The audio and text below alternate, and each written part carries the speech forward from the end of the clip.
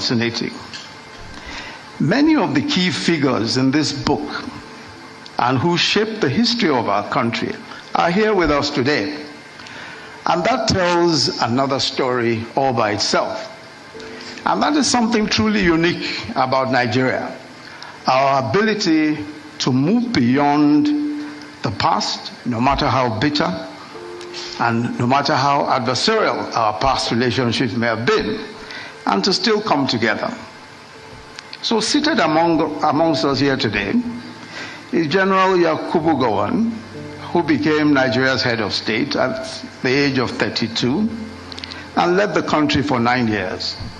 His government was overthrown in 1975 by a coup involving the then Brigadier Olusegun Obasanjo and the then Brigadier Theophilus Danjuma, and the author himself, I confirm, the then Lieutenant Colonel Babangida, who was then commander of the newly formed Armored Corps.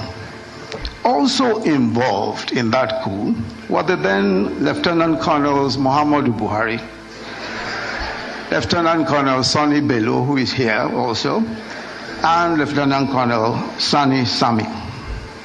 Yet here we are today with former President Obasanjo, General Danjuma, and of course the author himself present, not as adversaries of the author, but as witnesses to history, celebrating a fellow statesman.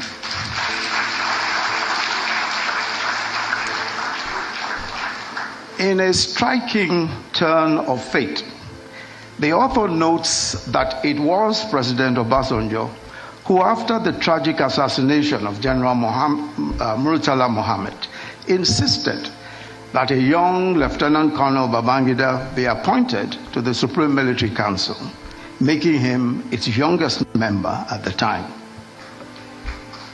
Also represented here is the immediate past president, Muhammadu Buhari, another leader whose path intertwined with Babangida. It was former President Babangida who played a key role in the coup that brought President Buhari to power in 1983, and later in another coup that removed him and brought Babangida himself into power.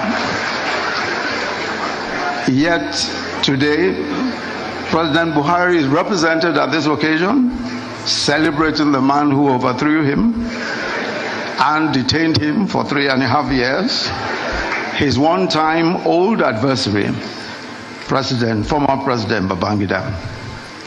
And then, of course, there's a gentleman here who was an elected senator in 1992 in the course of Babangida's transition program.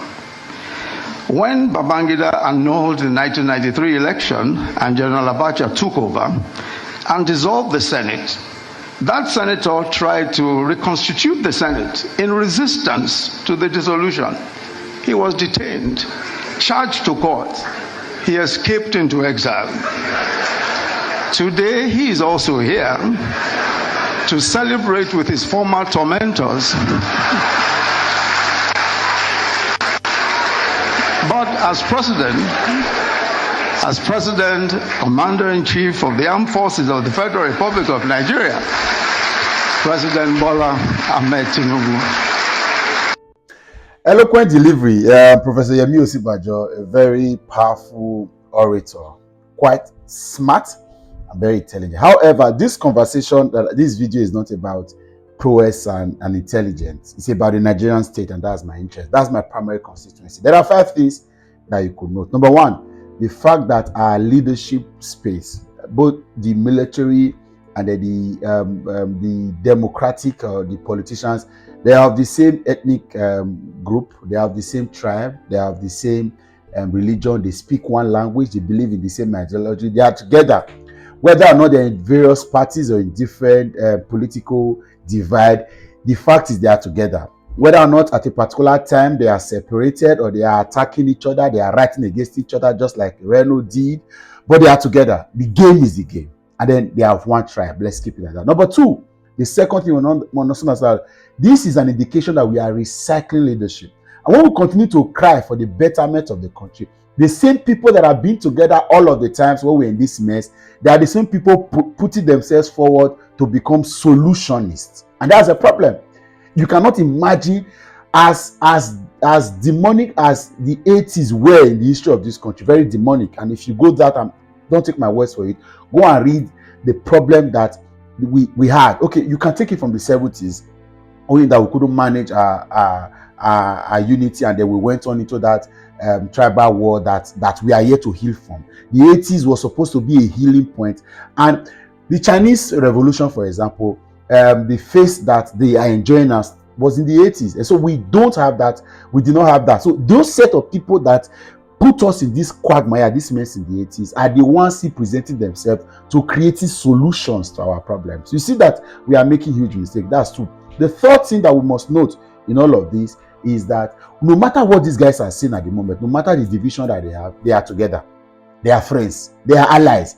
Irrespective that they're in different parties, they're in party A or party B or party C, party D, they are together, they are friends. And a lot of our business elites, the entrepreneurs in this country, they are also politically influenced. They are also playing the politics because their investment, their friendship, all of them. You go and listen to Otto Eze, go and listen to Dangote, and people are hyping the money that the man has made. It's good that friendship is also something that all of us need to learn, young people, to need to build friendship and network. But for the interest of this country, this relationship is not helping us. This relationship, Buhari and all of these guys. So the language is the same. The language is the same, and then it's painful. If we must get out of this mess, look at everybody in that room and tell ourselves we don't need anybody there from that room to lead in this country. That's a fact. It's hard. It's difficult. Everybody on that table. Because as you see, there was a picture, a shot that the cameraman took where I saw a table. That thing gave me goosebumps. That's a table. There's a table of interest of this country where it is being passed around, it is being rolled. So sometimes it is difficult. It looks like somebody has to wait. Atiku is waiting because he knows in the scheme of things in this country, there is an agreement somewhere that says he's going to be president of this country, and who knows, he will get it, right? Whether or not it is for the interest of the country, not of a problem, right? And that's why our dear president said a Milocon, because on this table we have been here for a while. It's not that they have paid sacrifices for the growth of this country. They have given all. They have forget about all of this English that Osibajo just said, that blah blah blah blah blah. Osibajo, of course, a couple of months ago did not have the relationship he had with the city president. But of course, in no distant time, it's not the same Ambode that was told to vacate the office of governor of Lagos State, that is now being one of the top contenders to be governor of Lagos State to replacing Sanwo-Olu, and all of the issues thereafter. So the Nigerian people must agree that the salvation is not coming from this crop of people.